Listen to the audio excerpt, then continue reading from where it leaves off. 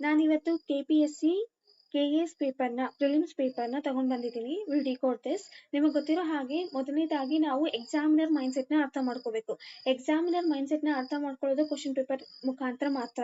ನಾವು ಎಷ್ಟೇ ಓದಿದ್ರು ಆ ಕ್ವಶನ್ ಪೇಪರ್ನ ಪ್ರಾಪರ್ ಆಗಿ ಅನಲೈಸ್ ಮಾಡಿಲ್ಲ ಅಂದ್ರೆ ವಿ ಕೀಪ್ ಫೇಲಿಂಗ್.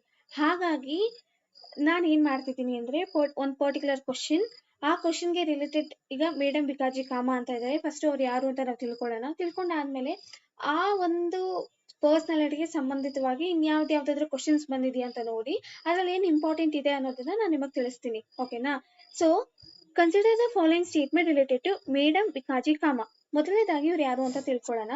ಇವರು ಬಂದು ನಮ್ಮ ಫ್ರೀಡಮ್ ಫೈಟರ್ ಅಲ್ಲಿ ಫಸ್ಟ್ ವುಮೆನ್ ಆಗಿದ್ರು. ಬರ್ತ್ ಎಲ್ಲ ನಮಗ್ ಬೇಡ. ಇವರು ಬಂದು ದಾದಾಬಾಯಿ ನಾರೋಜಿ, ಶ್ಯಾಮಕೃಷ್ಣ ವರ್ಮ ಇವ್ರ ಜೊತೆ ಕ್ಲೋಸ್ ಅಸೋಸಿಯೇಟ್ ಆಗಿ ವರ್ಕ್ ಮಾಡ್ತಿದ್ರು. ಸೊ ಇಲ್ಲಿ ಇಂಪಾರ್ಟೆಂಟ್ ಪಾಯಿಂಟ್ಸ್ ಬರುತ್ತೆ ನೋಡಿ. The famous flag incident. So ಇವ್ರು ಬಂದು ನಮ್ಮ ಫಸ್ಟ್ ಫ್ಲಾಗ್ ಅನ್ನ ಅನ್ಫೋಲ್ಡ್ ಮಾಡಿದವರು ಇವರು. ಓಕೆನಾ? ಅದೇ ಸ್ಟೇಟ್ಮೆಂಟ್ ನ ಇಲ್ಲಿ ಕೊಟ್ಟಿದ್ದಾರೆ. In 1907, she addressed the delegates at International Women's Congress and unfolded the Indian tricolor flag with Vande Mataram written on the middle.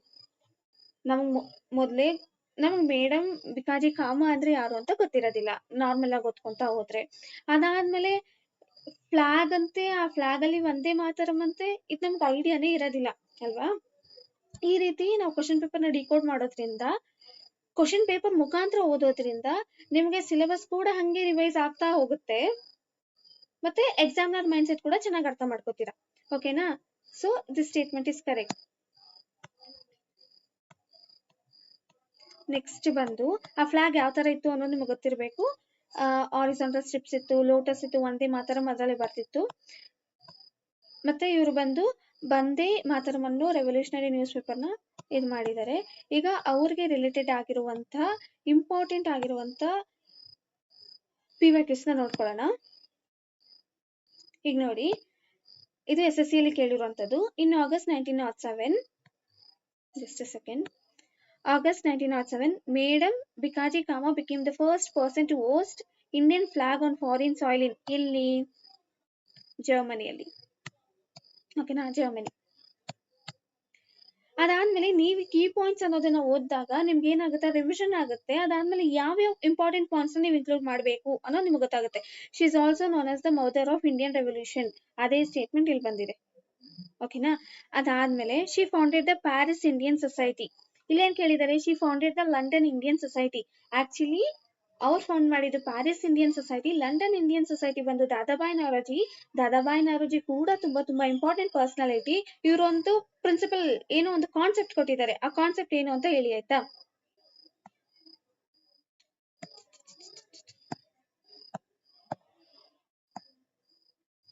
Next ಮತ್ತೆ NTPC ಅಲ್ಲಿ ಕೇಳಿದ್ದಾರೆ, the tricolour which was hosted in Stuttgart by Madam Kama was smuggled into British Indian by ಇಂದುಲಾ ಲೆಗ್ನಿಕ್ ಅಂತ. ಅಂದ್ರೆ ಏನ್ ಅವ್ರು ಅಲ್ಲಿ host ಮಾಡಿರ್ತಾರಲ್ಲ ಅದನ್ನ ತಗೊಂಡ್ ಬಂದಿದ್ದು ಈ ವ್ಯಕ್ತಿ ಅಂತ. ಓಕೆನಾ? ಸೊ ಮತ್ತೆ ಆ ಒಂದು ಫ್ಲಾಗ್ ಬಗ್ಗೆ ಕೇಳಿದ್ದಾರೆ. Who is known as the mother of Indian revolutionary for her pioneering role in the early Indian independence movement and for unfurling the first version of Indian national flag abroad. ಯಾರು? Madam Bhikaiji ಕಾಮ. RRB ಅಲ್ಲಿ ಅದು recent ಆಗಿ 2025 ಅಲ್ಲಿ ಬಂದಿರುವಂತ question ಆಗಿದೆ ಇದು. ಸರಿನಾ? ಸೊ ಇಲ್ಲಿ ಹೇಳ್ತಾರೆ ಮದರ್ ಆಫ್ ಇಂಡಿಯನ್ ರೆವಲ್ಯೂಷನ್ ಅಂತ ಅವ್ರನ್ನ ಕರೀತಾರೆ. ಇಂಟರ್ನ್ಯಾಷನಲ್ ಕಾಂಗ್ರೆಸ್ ಅಲ್ಲಿ ಅವ್ರು ಏನ್ ಮಾಡ್ತಾರೆ, ಫ್ಲಾಗ್ ಅನ್ನ ಅನ್ಫಾಲ್ ಮಾಡ್ತಾರೆ. ವಂದೇ ಮಾತರಂ ಅನ್ನೋ ಸ್ಲೋಗನ್ ಅನ್ನ ಅದರಲ್ಲಿ ಬರ್ತಿದ್ದಾರೆ. ಸೊ ನೀವು ನೋಡ್ತಾ ಹೋದ್ರೆ ದ ಸೇಮ್ ಕೀ ಪಾಯಿಂಟ್ಸ್ ಪ್ರತಿಯೊಂದರಲ್ಲೂ ರಿಪೀಟ್ ಆಗ್ತಾ ಹೋಗುತ್ತೆ. ಅಂದ್ರೆ ನೀವು ಅಷ್ಟನ್ನೇ ನೆನ್ಪಿಟ್ಕೋಬೇಕು ಒಬ್ಬ ವ್ಯಕ್ತಿ ಬಗ್ಗೆ ಅಂತ. ಪ್ಯಾರಿಸ್ ಇದು ನೆನ್ಪಿಟ್ಕೊಳ್ಳಿ. ಪ್ಯಾರಿಸ್ ಇಂಡಿಯನ್ ಸೊಸೈಟಿ ಯಾರು ಫಾರ್ಮ್ ಮಾಡಿದ್ದು ಅಂದ್ರೆ ಬಿಕಾಜಿ ಕಾಮ. ಸೊ ನೀವೇನ್ ಮಾಡ್ಬೇಕು, ನೆಕ್ಸ್ಟ್ ನಿಮ್ ನೋಟ್ಸ್ ಅಲ್ಲಿ ಇಷ್ಟೇ ಇರ್ಬೇಕು. ಏನು ಅಂದ್ರೆ ಮೇಡಮ್ ಬಿಕಾಜಿ ಕಾಮ ಅಂದ್ರೆ okay, she is known as the mother of Indian revolution. ಅದಾದ್ಮೇಲೆ ಏನ್ ಮಾಡಿದ್ರು, ಅವರು ಜರ್ಮನಿಯಲ್ಲಿ ಆ ಒಂದು ಟ್ರೈಕಲರ್ ಫ್ಲಾಗ್ ನ ಅನ್ಫಾಲ್ ಮಾಡಿದ್ರು. ಅದರಲ್ಲಿ ವಂದೇ ಮಾತರಂ ಬರ್ದಿತ್ತು. ಅದಾದ್ಮೇಲೆ ಪ್ಯಾರಿಸ್ ಇಂಡಿಯನ್ ಸೊಸೈಟಿನ ಅವರು ಫೌಂಡ್ ಮಾಡಿದ್ರು. ಇಷ್ಟು ನಿಮಗೆ ಗೊತ್ತಿರ್ಬೇಕು. ಅದಾದ್ಮೇಲೆ ನ್ಯೂಸ್ ಪೇಪರ್ಸ್ ಬಂದು ವಂದೇ ಮಾತರಂ ತೆಲ್ವರ್. ಇಷ್ಟು ಗೊತ್ತಿದ್ರೆ ನಿಮ್ಗೆ ಇವ್ರ ಬಗ್ಗೆ ಮತ್ತೆ ಏನಾದ್ರು ಪ್ರಶ್ನೆ ಬಂದಾಗ ಅದನ್ನ ಆರಾಮ್ಸೆ ನೀವು ಸಾಲ್ವ್ ಮಾಡ್ಬೋದು. ಮತ್ತೆ ಹೇಳಿದ ಹಾಗೆ ದಾದಾಬಾಯಿ ನವರೋಜಿ ಅವರು ತುಂಬಾ ಇಂಪಾರ್ಟೆಂಟ್ ಪರ್ಸನಾಲಿಟಿ. ಅವರು ಕೊಟ್ಟಿರುವಂತ ಕಾನ್ಸೆಪ್ಟ್ಸ್ ಏನೇನ್ ಸೊಸೈಟೀಸ್ ನ ಫಾರ್ಮ್ ಮಾಡಿದ್ದಾರೆ ಅಂತ ನೋಡ್ಕೊಳ್ಳಿ. ನೆಕ್ಸ್ಟ್ ಇದು ಇಂಡಿಯನ್ ಹಿಸ್ಟ್ರಿ. ಮತ್ತೆ ಪಾಲಿಟಿಕ್ ಬಂದ್ರೆ ಕಾನ್ಸ್ಟಿಟ್ಯೂಷನಲ್ ಆಕ್ಟ್ಸ್, ಅದರಲ್ಲಿ 1935 ತುಂಬಾನೇ ಇಂಪಾರ್ಟೆಂಟ್. ಸೊ ನೀವು ಬಹಟೆ ಹಾಕ್ಬೇಕು. 1919, 1909, 1861 ಅದರಲ್ಲಿ ಡಿಸೆಂಟ್ರಲೈಸೇಷನ್ ಸ್ಟಾರ್ಟ್ ಆಗುತ್ತೆ ಅನ್ನೋದು ನಿಮಗೆ ಗೊತ್ತಿರಬೇಕು. ನೆಕ್ಸ್ಟ್ ವಿಂಟೋ ಮಾರ್ಲೆ 1909 ಅಲ್ವಾ, reforms promoted establishment of self government in future. So actually ಇದು ಬಂದು ಸ್ಟಾರ್ಟ್ ಆಗಿದ್ದು 1919 ಅಲ್ಲಿ ನಿಮಗೆ ಟ್ರಾನ್ಸ್ಫರ್ ಸಬ್ಜೆಕ್ಟ್ಸ್ ಅಂದ್ರೆ ಏನು, ರಿಸರ್ವ್ ಸಬ್ಜೆಕ್ಟ್ಸ್ ಅಂದ್ರೆ ಏನು ಅಂತ ಗೊತ್ತಿರಬೇಕು. ನೆಕ್ಸ್ಟ್ ಬಂದು it increase the number of seats to provincial and imperial council. ಏನು ಅಂದ್ರೆ ದೇ ಆರ್ ನಾಟ್ ಸ್ಪೆಸಿಫೈಯಿಂಗ್ ಇಷ್ಟೇ ಸೀಟ್ಸ್ ಇನ್ಕ್ರೀಸ್ ಆಯ್ತು ಅಂತ ಏನು ಹೇಳ್ತಿಲ್ಲ. ಮತ್ತೆ ಇನ್ನೊಂದೇನು ಅಂದ್ರೆ ಇನ್ಕ್ರೀಸ್ ಅಂದ್ರೆ 1 ಸೀಟ್ ಇನ್ಕ್ರೀಸ್ ಆದ್ರೂ ಕೂಡ ಆ ಸ್ಟೇಟ್ಮೆಂಟ್ ಕರೆಕ್ಟ್ ಆಗುತ್ತೆ. ನೀವು ನೋಡಿದ್ರೆ 1861 ಆದ್ಮೇಲೆ ಸೊ ಪ್ರತಿಯೊಂದು ಸೀಟ್ಸ್ ಏನಾಗುತ್ತೆ ಇಂಡಿಯನ್ಸ್ ಇನ್ಕ್ರೀಸ್ ಆಗ್ತಾ ಹೋಗುತ್ತೆ. ಇಂಟ್ರೊಡ್ಯೂಸ್ ಸೆಪರೇಟ್ ಎಲೆಕ್ಟರೇಟ್ ಅಲ್ವಾ, ಇಂಟ್ರೊಡ್ಯೂಸ್ ಮಾಡಿದ್ರು. ಆದ್ರೆ ಯಾರಿಗೆ ಇಂಟ್ರೊಡ್ಯೂಸ್ ಮಾಡಿದ್ರು ಅಂತ ನೀವು ಹೇಳಿ, ಓಕೆನಾ. Next 1 Indian in viceroy executive council was appointed. ಯಾರು ಅದನ್ನ ನೀವು ತಿಳಿಸಿ. ಈಗ ನಾವೇನ್ ಮಾಡೋಣ ಅಂದ್ರೆ ಮಿಂಟೋ ಮಾರ್ಲೆ ರಿಫಾರ್ಮ್ಸ್ 1909 ನ ಓದೋಣ. ಸೊ ಬ್ರಿಟಿಷ್ ಲಾ ಇದನ್ನ ಇಂಟ್ರೊಡ್ಯೂಸ್ ಮಾಡಿದ್ರು. ಏನಕ್ಕೆ ಅಂದ್ರೆ ಇಲ್ಲಿ ಏನಾಯ್ತು, ಇಂಡಿಯನ್ ರೆಪ್ರೆಸೆಂಟೇಷನ್ ಯಾರ್ಯಾರು ಇದ್ರಲ್ಲ ಅದೆಲ್ಲ ಇನ್ಕ್ರೀಸ್ ಆಗ್ತಾ ಹೋಯ್ತು, both at the central level and state level. Expanded central and provisional legislative councils allowed more Indians. Members could discuss budget and ask questions. So ಇದು ಕೇಳ್ತಾರೆ. ಆಕ್ಚುಲಿ ಸ್ಟಾರ್ಟ್ ಆಗಿದ್ದು 1892 ಅಲ್ಲಿ ಬಜೆಟ್ ಡಿಸ್ಕಸ್ ಮಾಡಕ್ಕೆ. ಸೊ ಕ್ವಶನ್ಸ್ ನ ಕೇಳಕ್ start ಆಗಿದ್ದು ಇದರಲ್ಲಿ 1909 ಅಲ್ಲಿ. ಅದಾದ್ಮೇಲೆ ನಾನು ಹೇಳೋದಲ್ಲ, ಸಪರೇಟ್ ಎಲೋಕ್ರೇಟ್ಸ್ ಯಾರು ಕೊಡ್ತಾರೆ ಅಂದ್ರೆ ಮುಸ್ಲಿಮ್ಸ್ ಕೊಡ್ತಾರೆ. ನೀವು ಎಕ್ಸಿಕ್ಯೂಟಿವ್ ಕೌನ್ಸಿಲ್ಗೆ ಯಾರು ಅಪಾಯಿಂಟ್ ಆದ್ರು ಅಂತ ಹೇಳಿ.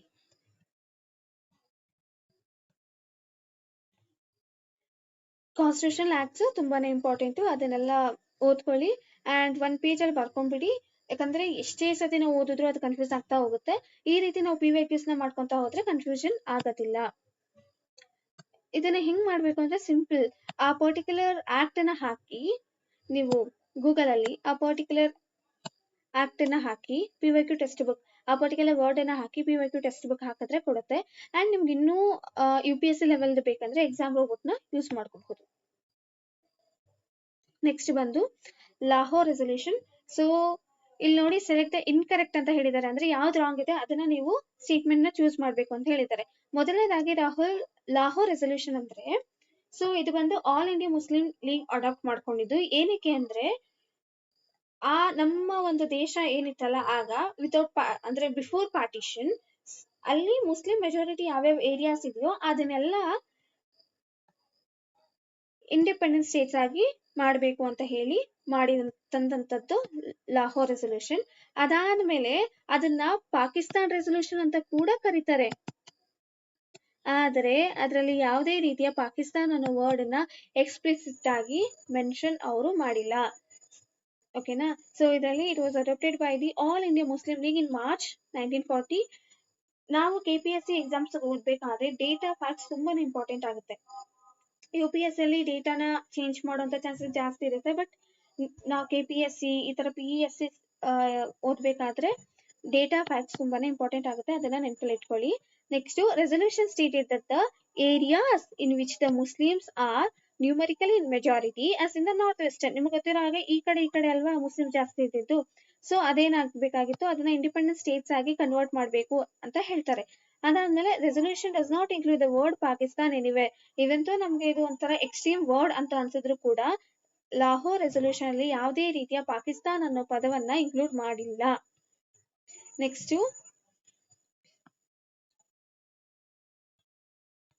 ಇದ್ರ ಬಗ್ಗೆ ನಾವು PYQs ನ ನೋಡೋಣ. ಲಾಹೋರ್ ರೆಸಲ್ಯೂಷನ್ ಬಗ್ಗೆ PYQs ನ ನೋಡೋಣ.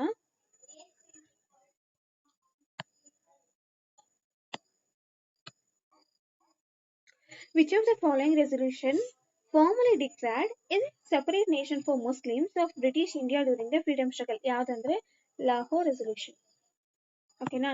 ಅಂಡ್ ಇನ್ನೊಂದಿದೆ ಲಾಹೋರ್ ಸೆಷನ್ ಇದೆ, ಲಾಹೋರ್ ರೆಸಲ್ಯೂಷನ್ ಇದೆ. ಈ ಎರಡರ ಮಧ್ಯೆ ಕನ್ಫ್ಯೂಷನ್ ಬೇಡ, ಈ ಎರಡರ ಬಗ್ಗೆನು HYT ಮಾಡಿ. The famous Pakistan resolution was passed at ಎಲ್ಲಿ? ಲಾಹೋರ್. ಓಕೆನಾ?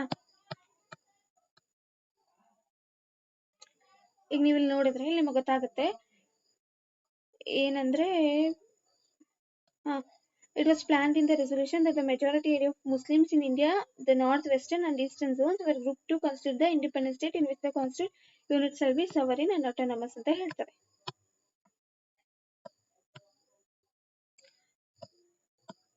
ಇದಷ್ಟು ಇಂಪಾರ್ಟೆಂಟ್ ಇಲ್ಲ. What was the Lahore resolution about? ನೋಡಿ ಯಾವಾಗ ಕೇಳಿದರು? OPSC ಅಂದ್ರೆ ಒಡಿಶಾ ಪಬ್ಲಿಕ್ ಸರ್ವಿಸ್ ಕಮಿಷನ್ ಕೇಳಿರೋದು 2024ರಲ್ಲಿ, ಅಂದ್ರೆ ತುಂಬಾ ದಿನ ಏನಾಗಿಲ್ಲ. ಸೊ ಏನು? A united homeland for Muslims, supporting the British war effort, demand for linguistic provinces, all of the above. ಇದಕ್ಕೆ ಆನ್ಸರ್ ನೀವೇ ಹೇಳಿ. ತುಂಬಾ easy answer. Next, the Pakistan resolution was drafted by, ಯಾರು ಇದನ್ನ ಡ್ರಾಫ್ಟ್ ಮಾಡಿದ್ದಾರೆ ಅಂತ ಕೇಳಿರ್ತಾರೆ. ಸೊ ಇದು ಕೂಡ ಇಂಪಾರ್ಟೆಂಟ್ ಆಗಿರೋದಂದ್ರೆ ಫಜಲ್ ಹಕ್. ಇವರು ಬಂದು ಅದನ್ನ actually moved by Fazlul Haq, Sikandar Hayat Khan ಬಂದು ಡ್ರಾಫ್ಟ್ ಮಾಡಿದ್ದು.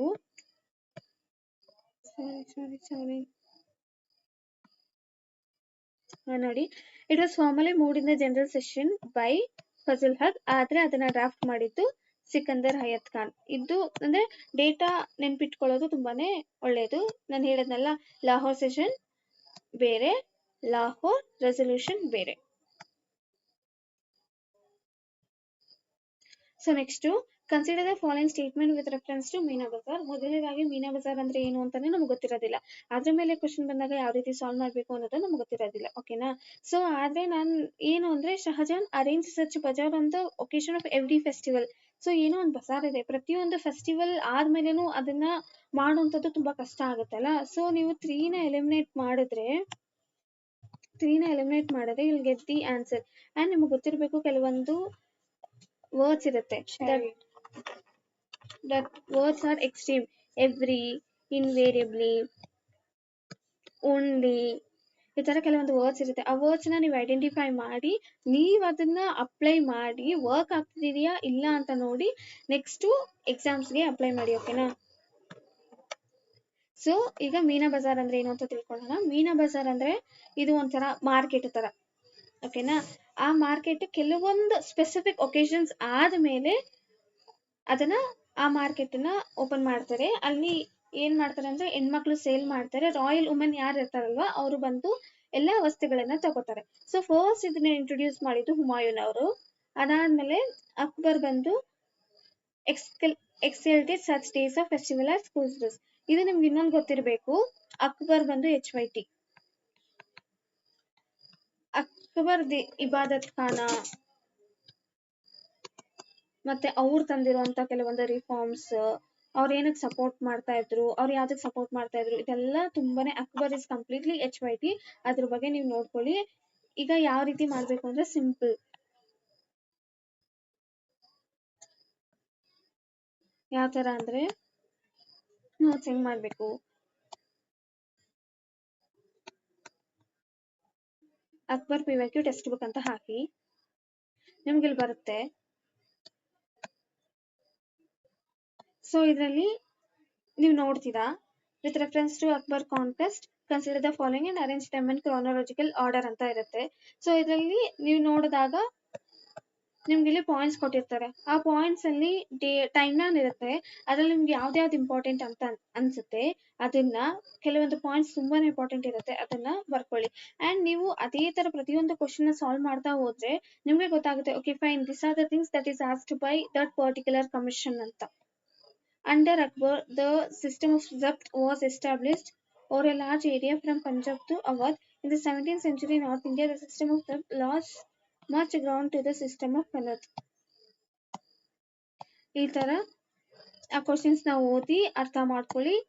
ಅದರಲ್ಲಿ ಏನೇನು ಇಂಪಾರ್ಟೆಂಟ್ ಫ್ಯಾಕ್ಟ್ಸ್ ಇದೆ ಅದನ್ನ ಫೆಚ್ ಮಾಡಿ ನೀವು ನೋಟ್ಸ್ ಮಾಡ್ಕೊಳ್ಳಿ. ನೆಕ್ಸ್ಟ್,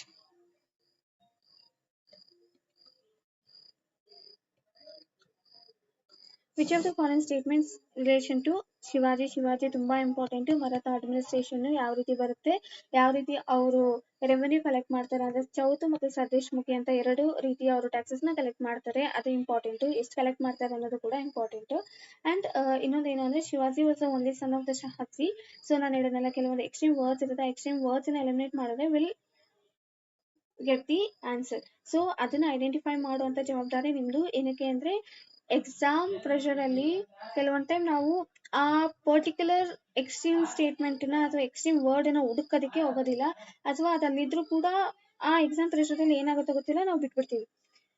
ಹಾಗಾಗಿ ಪ್ರತಿಯೊಂದು ಕ್ವಶನ್ ಅನ್ನ ಕರೆಕ್ಟ್ ಆಗಿ ಓದಿ ಅದನ್ನ ಅರ್ಥ ಮಾಡ್ಕೊಂಡು ಅದನ್ನ ಸಾಲ್ವ್ ಮಾಡೋದು ನಮ್ಮ ಜವಾಬ್ದಾರಿ ಆಗಿರುತ್ತೆ. ಅದ್ ಏನ್ ರಿಸಲ್ಟ್ ಬಂದ್ಮೇಲೆ ನಾವೇನು ಮಾಡಕ್ಕಾಗಲ್ಲ. Dadaji Kondadev was the guardian of Shivaji. Shivaji conquered Jali in 1656. ಇದು ಬಂದು ಫ್ಯಾಕ್ಟ್ ಡೇಟಾ ಹೇಳಿಲ್ವಾ, ಈ ಫ್ಯಾಕ್ಟ್ ಡೇಟಾ ನಮಗೆ ಗೊತ್ತಿರಲೇಬೇಕು. ಶಿವಾಜಿ ಕಾನ್ಕ್ವೆರ್ ಜಾವ್ಲಿ ಫ್ರಮ್ ಮಲೋಜಿ ಬೋಸಾಲೆ, ಅದೆಲ್ಲ ಚಂದ್ರರಾವ್. ಮತ್ತೆ Shivaji was the only son of the Shahaji. ನಿಮ್ಗೆ if you know the Shivaji ಮಾತ್ರ ಅಲ್ಲ ಬೇರೆಯವರು ಇದ್ರು ಅಂತ ಈಸಿಯಾಗಿ ಎಲಿಮಿನೇಟ್ ಮಾಡಿ you can come into the correct answer. ಸ್ವಲ್ಪ ನಾವು ಶಿವಾಜಿ ಬಗ್ಗೆ ಓದ್ಕೊಳ್ಳೋಣ.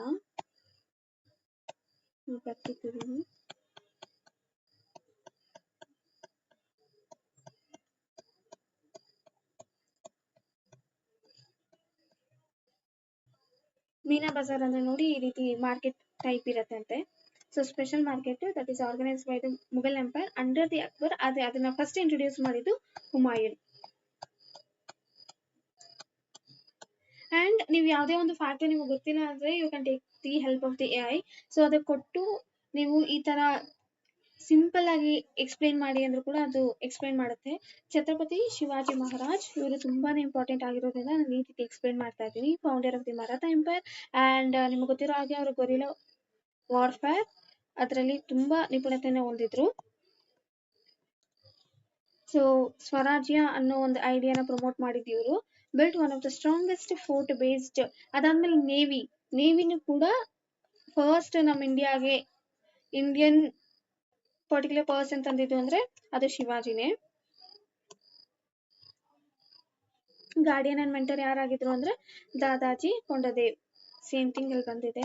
ಸ್ವರಾಜ್ಯ ಅಂದ್ರೆ self rule. Fort strategy, so ಇವರಿಗೆ ಫೋರ್ಟ್ ಅವ್ರಿಗೆ ಗೊತ್ತಿರೋದ್ರಿಂದ ಫೋರ್ಟ್ ಮುಖಾಂತರ ನಾವು ಗೆಲ್ಲಬಹುದು ಅಂತ ಅವ್ರು ಏನ್ ಮಾಡಿದ್ರು, ಜಾಸ್ತಿ ಇಂಪಾರ್ಟೆಂಟ್ ಫೋರ್ಟ್ಸ್ ನ ಇನ್ಕ್ಲೂಡ್ ಮಾಡಿದ್ರು. ರಾಯ್ಗಢ್ ಫೋರ್ಟ್, ಪ್ರತಾಪ್ಗಢ್ ಫೋರ್ಟ್, ಅದರಲ್ಲಿ ಬರುವಂತ ಇಂಪಾರ್ಟೆಂಟ್ ಫೋರ್ಟ್ಸ್ ನ ನೋಡ್ಕೊಳ್ಳಿ. Is very well known for gorilla warfare. And so ಇದು ಇಂಪಾರ್ಟೆಂಟ್, ಯಾವಾಗ ಕೊರೊನೇಷನ್ ಆಯ್ತು ಅಂತ ಅಂದ್ರೆ ಅವ್ರು ಯಾವಾಗ ಅಧಿಕಾರವನ್ನ ಸ್ವೀಕರಿಸಿದ್ರು ಅಂತ ರಾಯ್ಗಢ್ ಫೋರ್ಟ್ ಅಲ್ಲಿ 1674 ಅಲ್ಲಿ ಅವ್ರಿಗಾಗುತ್ತೆ. ನೆಕ್ಸ್ಟ್ ಅವ್ರು ಬಂದು ಅಷ್ಟಪ್ರಧಾನ ಸಿಸ್ಟಮ್ ಅಂದ್ರೆ ಕೌನ್ಸಿಲ್ ಆಫ್ 8 ಮಿನಿಸ್ಟರ್ಸ್. ಓಕೆನಾ, ಇದನ್ನ ಇದು ಮಾಡ್ತಾರೆ. ಪೇಶ್ವಾ ಇದು ಮಿನಿಸ್ಟರ್ ಮತ್ತೆ ಏನ್ ಫಂಕ್ಷನ್ ಮಾಡ್ತಾರೆ ಅನ್ನೋದನ್ನ ನೋಡ್ಕೊಂಡಿರಿ. ಪೇಶ್ವಾ ಅಂದ್ರೆ ಯಾರು, ಪ್ರೈಮ್ ಮಿನಿಸ್ಟರ್. ಅಮಾತ್ಯ ಅಂದ್ರೆ ಏನು, ಫಿನಾನ್ಸ್. ಸಚಿವ್ ಅಂದ್ರೆ ಕರೆಸ್ಪಾಂಡೆನ್ಸ್, ಮಂತ್ರಿ. ಸೇನಾಪತಿ, ಸುಮತ್, ನ್ಯಾಯಾಧೀಶ್. ಅದ್ ನೋಡ್ಕೊಳ್ಳಿ.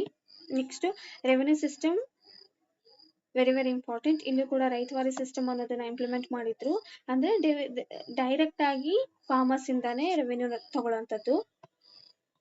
ಸೊ ರಿಲಿಜಿಯಸ್ ಟಾಲರೆನ್ಸ್ ಅಂದ್ರೆ ಯಾರಿಗೂ ಏನು ಹಾನಿ ಮಾಡ್ತಾ ಇರಲಿಲ್ಲ, ಪ್ರತಿಯೊಂದನ್ನು ಇದು ಮಾಡ್ಕೊಂತ ಹೋಗ್ತಾ ಇದ್ರು.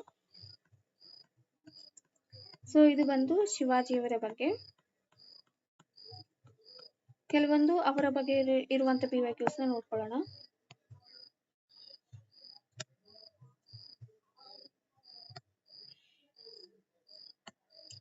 ಇದು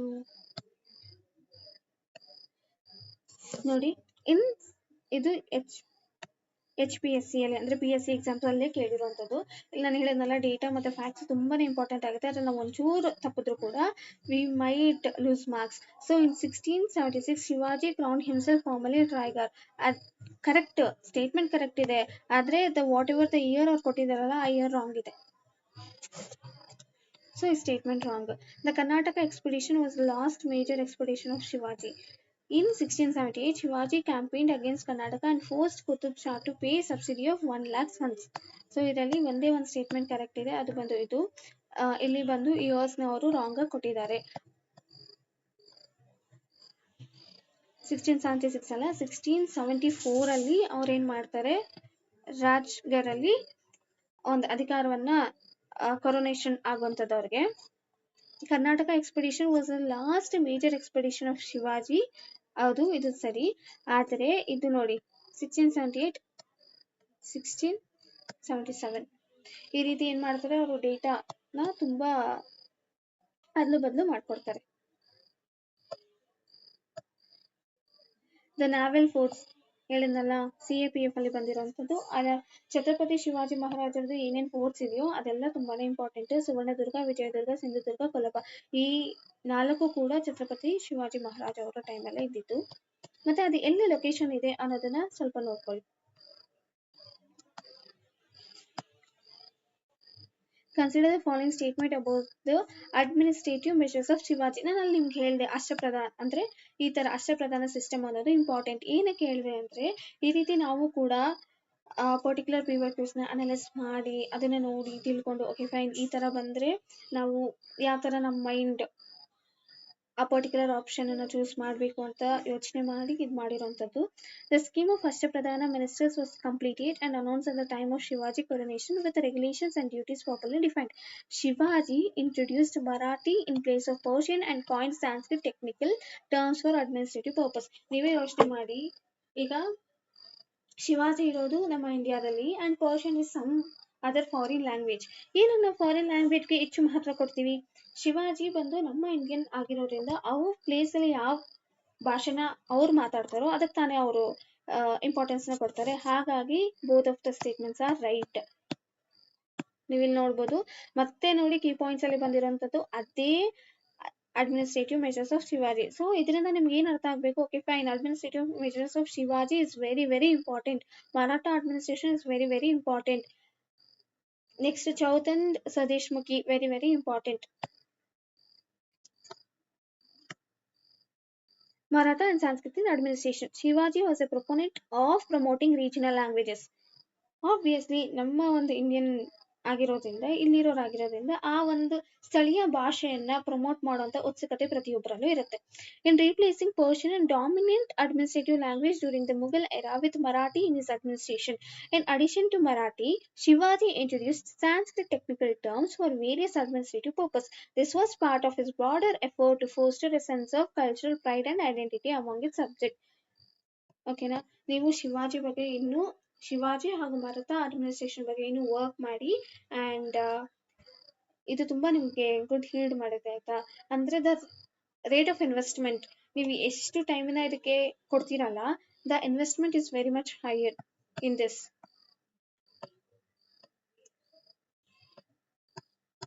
Shivaji agriculture reforms were revolutionary. ನೋಡಿ ಇದು UGC ಅಲ್ಲಿ ಕೇಳಿರೋಂಥದ್ದು. Shivaji has instructed his people to provide the peasant with sufficient food twice a day. Shivaji made available advance without interest called tagai to buy wool and agriculture tools. Shivaji gave the peasant the concession of repaying the loan over a period of 8 to 10 years. Shivaji collected revenue only in cash. ನೋಡಿ ನಮ್ಗೆ ನಾವು ಓದಿರ್ತೀವಿ ಆಯ್ತಾ, agriculture reforms ಬಗ್ಗೆ ಓದಿರ್ತೀವಿ, but ಇಷ್ಟು in detail ಆಗಿ ನಾವು ಓದಿರೋದಿಲ್ಲ. ಆದ್ರೆ ನೀವು ಒಂದೇ ಒಂದು ಆಪ್ಷನ್ ಅನ್ನ ಇಟ್ಕೊಂಡು you can come into the answer. ಏನು ಅಂದ್ರೆ Shivaji collected revenue in only in cash. So ನಮಗೆ ಏನಾಗುತ್ತೆ, ಒಂದು ರೆವೆನ್ಯೂನ ಕೊಡ್ಬೇಕಾದ್ರೆ ಈಗ ಓನ್ಲಿ ಕ್ಯಾಶ್, ಬಟ್ ಆಗ ಯಾವ ರೀತಿ ಇತ್ತು ಅಂದ್ರೆ ಕ್ಯಾಶ್ ಕೊಡ್ಬೋದು ಅಥವಾ ಅವ್ರು ಏನ್ ಬೆಳೆದಿರ್ತಾರಲ್ಲ ಬೆಳೆನ ಅದರಲ್ಲಿ ಇಷ್ಟು ಪಾಲ್ ಅನ್ನೋದನ್ನ ಕೊಡ್ಬೋದು. So Shivaji collected revenue only in cash ಅನ್ನೋದನ್ನ ನಿಮಗೆ ಗೊತ್ತಾಗಿ ಅದನ್ನ ರಾಂಗ್ ಮಾಡಿದ್ರೆ ಯು ಕ್ಯಾನ್ ಈಸಿಲಿ ಡಿ ಹೋಯ್ತು ABCD ಆ ರೀತಿ ನೀವು ಈಸಿಯಾಗಿ ಆನ್ಸರ್ಗೆ ಬರ್ಬೋದು. ಎಲ್ಲಾನು ಓದ್ತೀನಿ, ಎಲ್ಲಾ ನಾನು ನಾಲೆಜ್ ಇಂದಾನೆ ಸಾಲ್ವ್ ಮಾಡ್ತೀನಿ, ಇಟ್ಸ್ ವೆರಿ ಹಾರ್ಡ್. ಹಾಗಾಗಿ ಈ ರೀತಿ ನೀವು ಪೇಪರ್ನ ಅನಲೈಸ್ ಮಾಡ್ತಾ ಮಾಡ್ತಾ ಮಾಡ್ತಾ ನಿಮ್ಗೂ ಆ ಒಂದು ಇದು ಬಂದ್ಬಿಡುತ್ತೆ. Shivaji sent an ambassador to Bombay to negotiate an agreement with the English. His chief motivation was to secure English aid against the cities of Danda. He wanted to supply grenades, mortars and other.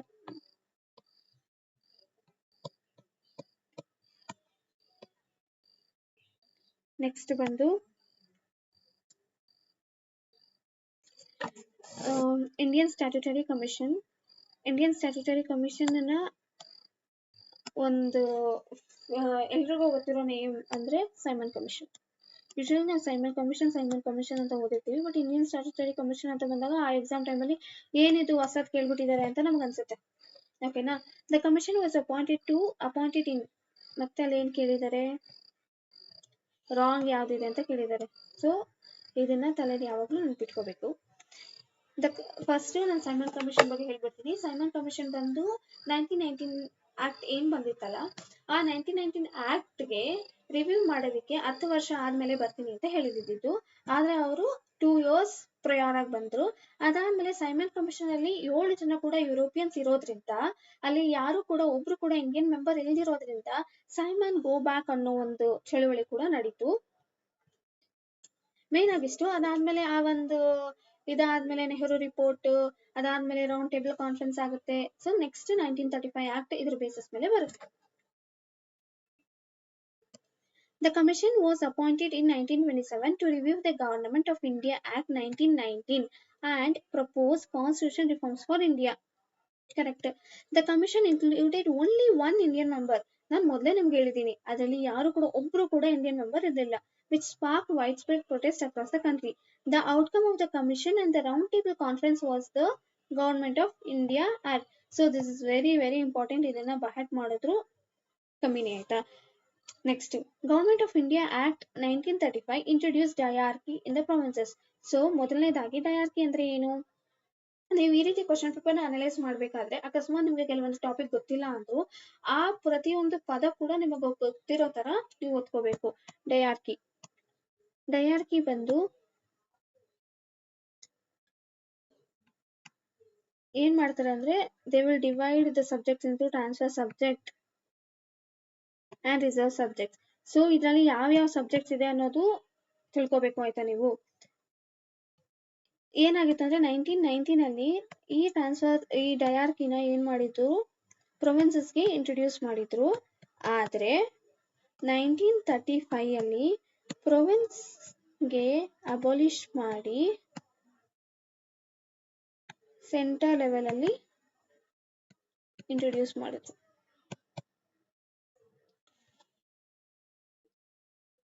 Government of 1935 act ತುಂಬಾನೇ important, ಅದನ್ನ ತಿಳ್ಕೊಳ್ಳಿ. And incorrect ಇರೋದ್ರಿಂದ ನಾವು ಇದು ಮಾಡಿದ್ರಿ. So ಈ ಒಂದು ಸೆಷನ್ದು main idea ಬಂದು, ನಾನು ಈ ಒಂದು ಪರ್ಟಿಕ್ಯುಲರ್ ಪೇಪರ್ ಕರೆಕ್ಟ್ ಆನ್ಸರ್ ಕೊಡೋದಲ್ಲ, ಅದನ್ನ ಎಲ್ಲರೂ ಮಾಡಿರ್ತಾರೆ. ಬಟ್ ನಾನು as A student, as an aspirant ಆಗಿ ಒಂದು ಪೇಪರ್ನ ಯಾವ ತರ ನಾನು ನೋಡ್ತೀನಿ, ಯಾವ ತರ ಅದನ್ನ ಸಾಲ್ವ್ ಮಾಡೋದಕ್ಕೆ ಟ್ರೈ ಮಾಡ್ತೀನಿ. ಇವನ್ ನಾನು ಕೂಡ ಇದರಲ್ಲಿ beginner, I have tried my level best in order to analyse the PYQs. And ನಾನು ಏನನ್ನ ಅದರಲ್ಲಿ ಕಲ್ತಿದ್ದೀನಿ ಅದನ್ನ ನಾನು ನಿಮ್ಗೆ ಈ ಒಂದು ಪ್ಲಾಟ್ಫಾರ್ಮ್ ಮುಖಾಂತರ ಹೇಳೋದಕ್ಕೆ ಇಚ್ಛೆ ಪಡ್ತೀನಿ ಅಷ್ಟೇ. ಯೂಶಲಿ ನಾನು ಎಷ್ಟು ನೆನ್ಪಿಟ್ಕೊಳ್ಳೋಕೆ ಟ್ರೈ ಮಾಡಿದ್ರು ಕೂಡ ಆಥರ್ ನೆನ್ಪಿಟ್ಕೊಳ್ಳೋಕೆ ಕಷ್ಟ.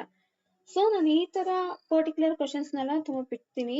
ಅಂಡ್ ಇನ್ನೊಂದೇನು ಅಂದ್ರೆ, ನಮ್ಗೆ ಅಕಸ್ಮಾತ್ ಗೊತ್ತಿರೋ ಆಥರ್ ಇದ್ರೆ ಈಸಿ ಆಯ್ತಾ. ಅಂದ್ರೆ well known personality, for example Dadabhai Naoroji ಆಗಿರ್ಬೋದು, ನಮ್ಗೆ ಗೊತ್ತು ಏನು ಟ್ರೈನ್ ವೆಲ್ತ್ ಇದು ಮಾಡಿದ್ದಾರೆ ಅಂತ. ಸೊ ಆ ತರ ನೋನ್ ಪರ್ಸನಾಲಿಟೀಸ್ ಇದ್ದಾಗ ಅದನ್ನ ಈಸಿಯಾಗಿ ಕಂಡುಹಿಡಿಬಹುದು. ಆದ್ರೆ ಇವ್ರು ಏನ್ ಕೇಳಿದ್ದಾರೆ, national movement in the princely state of Mysore has been divided under the following periods in a book called the political economy of indirect rule Mysore. Okay fine, ಅಕಸ್ಮಾತ್ ನೀವು ಓದಿರೋದ್ರಲ್ಲಿ ಬಂದಿದ್ರೆ ನಿಮ್ ಲಕ್, ನೀವೇನೋ ಇದರಲ್ಲಿ ಕಂಡುಹಿಡಿತೀರಾ ಮಾಡ್ತೀರಾ ಅಂತ ಹೇಳ್ಬೋದು. ಆದ್ರೆ ಎಕ್ಸಾಮ್ ಅಲ್ಲಿ ನಾನು ಹೇಳ್ತಿದ್ದೀನಿ, ಎಕ್ಸಾಮ್ ಅಲ್ಲಿ ಈ ತರ ಸುಮ್ಮನೆ ನಮ್ಗೆ ಗೊತ್ತಿಲ್ದಿರೋ ಕ್ವಶನ್ ಅನ್ನ ಯಾವುದೋ ಒಂದು ಟಿಕ್ ಮಾಡೋದು ಬದಲು, it's better to leave that particular question which is very very very factual. Next, ಇದು ಕೂಡ Naga revolt was due to faulty system of renting out large tracts of land to the highest bidder, a practice which led to the Great Oppression and discontent. The above statement reflects on the nature of Naga revolt of 1830-31 to whom this statement belongs to. ಈ ತರದ್ದು ಅಷ್ಟೇ, it's very hard to remember for me because you'll have so much content to remember ಅಲ್ಲ. So ಈಗ ನೀವು solve ಮಾಡ್ಬೇಕಾದ್ರೆ ಮಾಡಿ, ಆದ್ರೆ exam ಟೈಮಲ್ಲಿ ನಿಮ್ಗೆ ಗೊತ್ತಿದ್ರೆ ಮಾತ್ರ ಮಾಡಿ, ಈ ತರದ್ರಲ್ಲಿ ತುಕ್ಕ ಅಂತೂ ಮಾಡ್ಬಿಡಿ. Next very very important theme ಬಂದು ಅಜಂತ ಕೇವ್ಸ್ ಅಂತ ಇದೆ, ಎಲೋರಾ ಕೇವ್ಸ್ ಅಂತ ಇದೆ. ಇದು ತುಂಬಾನೇ ಇಂಪಾರ್ಟೆಂಟ್ ಆಯ್ತಾ. ಸೊ ಅದರಲ್ಲಿ ನಾವೇನ್ ಮಾಡ್ಬೋದು ಅಂದ್ರೆ, ಕೆಲವೊಂದು ರಿಲಿಜಿಯಸ್ ಇದಿದೆ. ಸೊ ಅದರಲ್ಲಿ ಪೇಂಟಿಂಗ್ಸ್ ನಾವು ನೋಡ್ಬೋದು. ಮತ್ತೆ ಕೈಲಾಸನಾಥ ಟೆಂಪಲ್ ಅಂತ ಇದೆ, ಇದ್ರ ಬಗ್ಗೆ ನೀವು ಸ್ವಲ್ಪ ಹೋಗಿ ತಿಳ್ಕೊಳ್ಳಿ. To which sect Ajanta most of the painting belong? ಏನು ಅಂದ್ರೆ the first thing is Buddhism and Jainism is important. ನಿಮ್ ಯಾವುದೇ ಪೇಪರ್ನ ನೀವು ತೆಗೆದು ನೋಡಿದ್ರು at least directly or indirectly you will find one question that is related to Buddhism or Jainism. ಆ ರೀತಿ ಇರುತ್ತೆ ಆಯ್ತಾ. So most of the painting ಯಾರಿಗೆ ಬಿಲಾಂಗ್ ಆಗುತ್ತೆ ಅಂದ್ರೆ ಮಹಾಯಾನ ಸೆಕ್ಟ್ ಆಫ್ ಬುದ್ಧಿಸಮ್ಗೆ ಬಿಲಾಂಗ್ ಆಗುತ್ತೆ. ನಾವು ಫಸ್ಟ್ ಅಜಂತ ಅಂದ್ರೆ ಏನು ಅಂತ ನೋಡ್ಕೊಂಡ್ಬಿಡೋಣ. Ajanta caves, Ajanta caves, Ellora caves. ಇಲ್ಲಿ ನೋಡಿ ಈ ರೀತಿ ಪೇಂಟಿಂಗ್ಸ್ ಮಾಡಿರ್ತಾರೆ.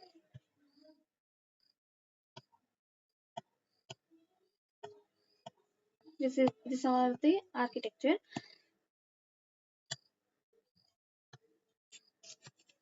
ಮೊದಲನೇದಾಗಿ ಅಜಂತ ಕೇವ್ಸ್. ಅಜಂತ ಕೇವ್ಸ್ ಬಂದು ರಾಕೆಟ್. ಸೊ ಇದು ಎಸ್ಪೆಷಲಿ ಬುದ್ಧಿಸ್ಟ್ ಕೇವ್ಸ್ ಆಗಿರುತ್ತೆ. ಅದಾದ್ಮೇಲೆ ಇದು ಯಾವ ನದಿ ಹತ್ರ ಇರುತ್ತೆ ಅಂದ್ರೆ ಒಬೆರಾ ರಿವರ್ ಅಲ್ಲಿ ಇರುತ್ತೆ. ಸೊ ನಿಮಗೆ ಗೊತ್ತಿರಬಹುದು ಇದು UPSC ಅಲ್ಲಿ ಬಂದಿರುವಂತ PYQ. ಅಜಂತ ನೆನ್ಪಿಟ್ಕೊಳ್ಳಿ, Ajanta is completely for Buddhism. And ಇನ್ನೊಂದು ಎಲ್ಲೋರಾ ಕೇವ್ಸ್ ಅಂತ ಇದೆ. ಎಲ್ಲೋರಾ ಅಂದ್ರೆ ಎಲ್ಲಾರು ಅಂದ್ರೆ ಬುದ್ಧಿಸಮ್, ಹಿಂದೂಯಿಸಮ್, ಜೈನಿಸಮ್ ಅದರ ರಿಲೇಟೆಡ್ ಇರುತ್ತೆ. ಸೊ ಅಜಂತ ಕೇವ್ಸ್ ಅಲ್ಲಿ ಎಷ್ಟು ಕೇವ್ಸ್ ಇದೆ ಅನ್ನೋದು ಕೂಡ ಇಂಪಾರ್ಟೆಂಟ್. ಮತ್ತೆ ಲೊಕೇಶನ್ ಎಲ್ಲಿದೆ. ಸೊ ಸಾತವಾಹನ ಡೈನೆಸ್ಟಿ ಹಾಗೂ ವಟಕಟ ಡೈನೆಸ್ಟಿ ಇವರೆರಡು ಸೇರಿ ಬಿಲ್ಡ್ ಮಾಡಿರೋದು. ರಿಲಿಜನ್ ಬಂದು ಬುದ್ಧಿಸಮ್ ಮಾತ್ರ. ನಂಬರ್ ಆಫ್ ಕೇವ್ಸ್ 29 or 30 ಇದೆ. ಆಕ್ಚುಲಿ 29 ಕಂಪ್ಲೀಟ್ ಆಗಿದೆ, ಇನ್ನೊಂದು ಕಂಪ್ಲೀಟ್ ಆಗಿಲ್ಲ. ಫೇಮಸ್ ಪೇಂಟಿಂಗ್ಸ್ ನಾವು ಯಾವ್ದು ನೋಡ್ಬೋದು ಅಂದ್ರೆ ಗೌತಮ ಬುದ್ಧ ಅವರ ಜಾತಕ ಟೇಲ್ಸ್ ಅಂದ್ರೆ ಅವ್ರ ಲೈಫ್ ಬಗ್ಗೆ ಇರುವಂತ ಸ್ಟೋರೀಸ್ ಆಗಿರುತ್ತೆ. ಮತ್ತೆ ಪದ್ಮಪಾಣಿ ಬೋಧಿಸತ್ವ. ಪೇಂಟಿಂಗ್ ಟೆಕ್ನಿಕ್ ಬಂದು ಫ್ರೆಸ್ಕೋ ಲೈಕ್ ಟೆಕ್ನಿಕ್ ಅಂದ್ರೆ ಸೊ ಯಾವ್ದು ರಾ ಮೆಟೀರಿಯಲ್ಸ್ ಇರುತ್ತಲ್ಲ, ಫಾರ್ ಎಕ್ಸಾಂಪಲ್ ಅಸ್ಕ್ ಆಗಿರ್ಬೋದು, ಆ ತರದೆಲ್ಲ ಯೂಸ್ ಮಾಡಿ ಮಾಡಿರುವಂತ ಟೆಕ್ನಿಕ್. ನಿಮ್ಗೆ ತುಂಬಾನೇ important because Ajanta is very very important and they can ask you to any extent. ಎಷ್ಟೇ ಡೀಪ್ ಆಗಿ ಕೂಡ ಅವ್ರು ಕೇಳ್ಬೋದು. ಕೆಲವೊಂದು ಥೀಮ್ಸ್ ಇರುತ್ತೆ, ಆ ಥೀಮ್ಸ್ ಅಲ್ಲಿ ಎಷ್ಟೇ ಡೀಪ್ ಓದಿದ್ರು ಅದನ್ನ ಆನ್ಸರ್ ಮಾಡುವಂತ ಕೆಪಬಿಲಿಟಿ ನಮ್ಗೆ ಇರ್ಬೇಕು. Next Ellora caves. ಅಜಂತ ಓದ್ತಿದೀವಲ್ಲ ಹಂಗೆ ಎಲ್ಲೋರಾ ಓದೋಣ ಅಂತ. ಎಲ್ಲೋರಾ ಬಂದು that is also rock cut cave. Ellora ಬಂದು ರಿಲಿಜಿಯಸ್ ಹಾರ್ಮನಿನ ಡಿಪಿಕ್ಟ್ ಮಾಡುತ್ತೆ ಬಿಕಾಸ್ ಅದು ಬುದ್ಧಿಸಮ್, ಜೈನಿಸಮ್, ಹಿಂದೂಯಿಸಮ್ ಈ ಮೂರದ್ದು ಕೂಡ ಇನ್ಕ್ಲೂಡ್ ಆಗಿದೆ. 34 ಕೇವ್ಸ್ ಇದೆ. ಬುದ್ಧಿಸ್ಟ್, ಹಿಂದೂ, ಜೈನ್ ಈ ಮೂರು ಕೂಡ ಇರೋದ್ರಿಂದ ಅಲ್ಲೇ ನಾವು ಕೈಲಾಸ ಟೆಂಪಲ್ ನ ನೋಡಬಹುದು. That is built by Krishna.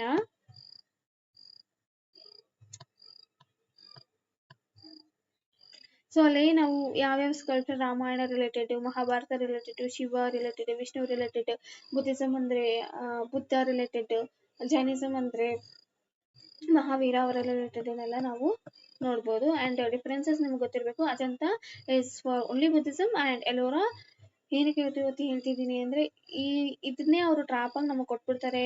So Ajanta ಬಂದು ಬುದ್ಧಿಸಮ್, ಹಿಂದೂಯಿಸಮ್, ಜೈನಿಸಮ್ ಅಂತ ಮೂರು ಕೊಟ್ಟು ಎಲ್ಲೋರಾ ಬಂದು ಓನ್ಲಿ ಫಾರ್ ಬುದ್ಧಿಸಮ್ ಅಂತ ಕೊಡ್ತಾರೆ. ಸೊ ಹಾಗಾಗಿ we should be very very careful in those things. ಈಗ ಅಜಂತ ಕೇವ್ಸ್ಗೆ ರಿಲೇಟೆಡ್ ಆಗಿರುವಂತ ಕೆಲವೊಂದು PYQs ನ ನಾವು ನೋಡೋಣ. Consider the following regarding Ajanta Ellora caves. Which of the statements given above are not correct. Ajanta focuses on Buddhist Chaitya Viharas with fresco murals of Jataka. ಸಿಗ್ತಾನೆ ನಾವು ನೋಡ್ಕೊಂಡು ಬಂದ್ವಿ. ಸೊ ಇದು ಬೇಸಿಕಲಿ ಬುದ್ಧಿಸಮ್ ಬಗ್ಗೆ ಏನೋ ಮಾತಾಡುತ್ತೆ ಅಂತ. Ellora uniquely integrates in the Buddhist Jain caves including Kailasa top down excavation.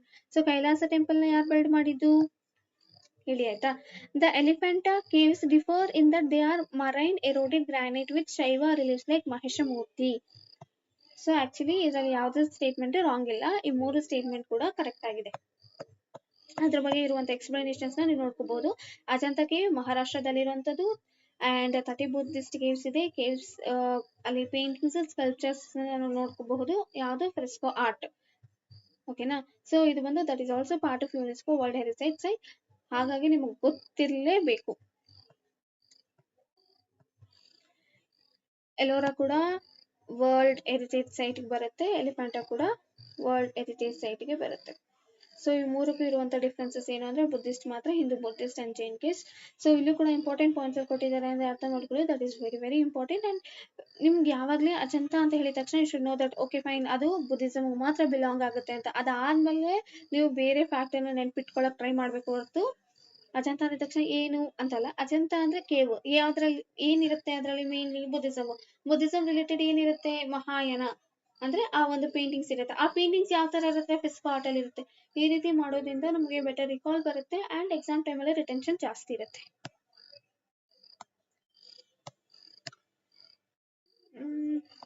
Next C Ajanta caves ಬಗ್ಗೆ ಕೇಳಿದ್ದಾರೆ 2025 ಅಲ್ಲಿ CET ಎಕ್ಸಾಮ್ ಅಲ್ಲಿ. They are located in the Aurangabad district, ಮಹಾರಾಷ್ಟ್ರದಲ್ಲಿ ಇರುವಂತದ್ದು. It has 29 caves built over a period of almost 8 century. Cave number 26 is very big and entire interior is covered with variety of Buddha images. The biggest one is Mahaparinibbana image. Actually biggest one ಅದಲ್ಲ.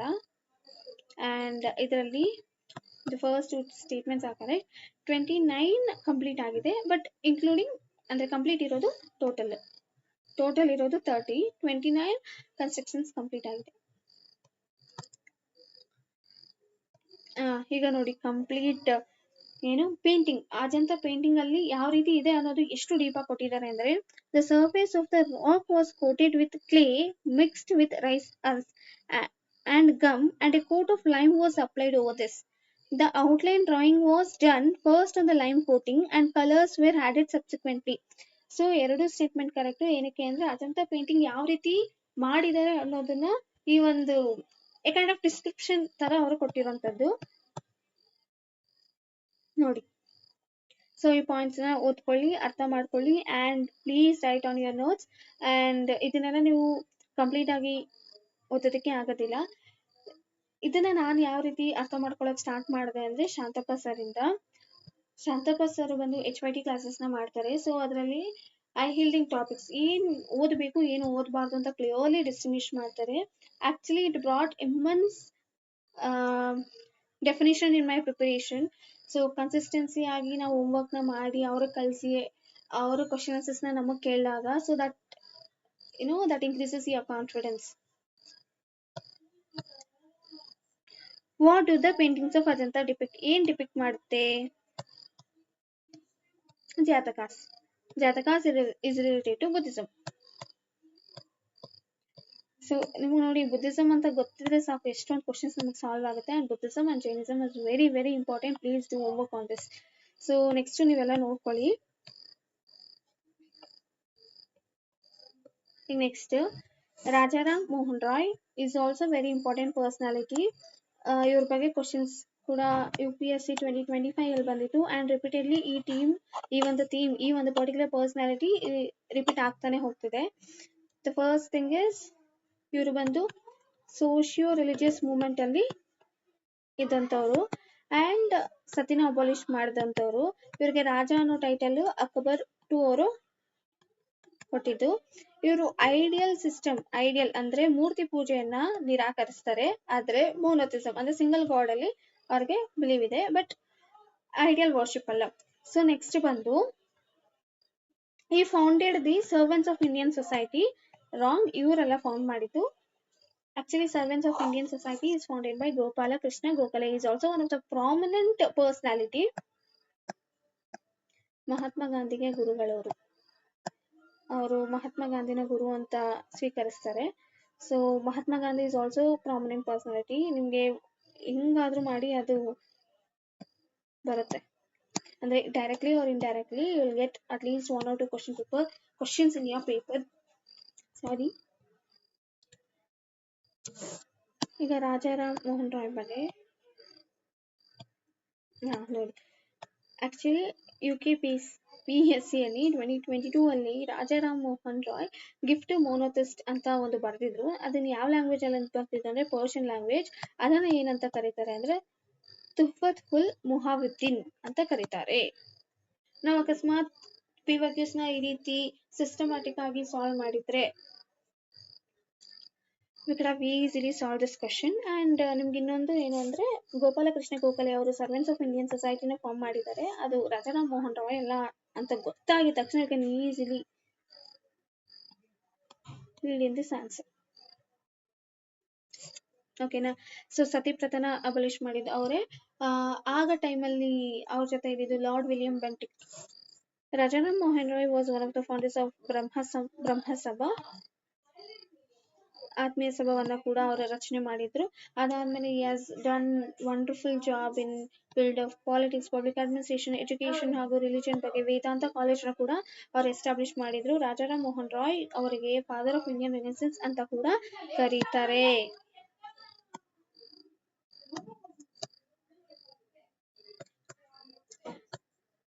ನೋಡಿ OPSC 2025 ಅಲ್ಲಿ ಬಂದಿರುವಂತದ್ದು ರಾಜಾರಾಮ್ ಮೋಹನ್ ರಾಯ್ ಅವರು establish ಮಾಡಿರುವಂತ religious institution ನ chronological order ಆಗಿ ಬರೆಯೋದಕ್ಕೆ. So ಮೊದಲನೇದಾಗಿ ಅವರು ಆತ್ಮೀಯ ಸಭಾ,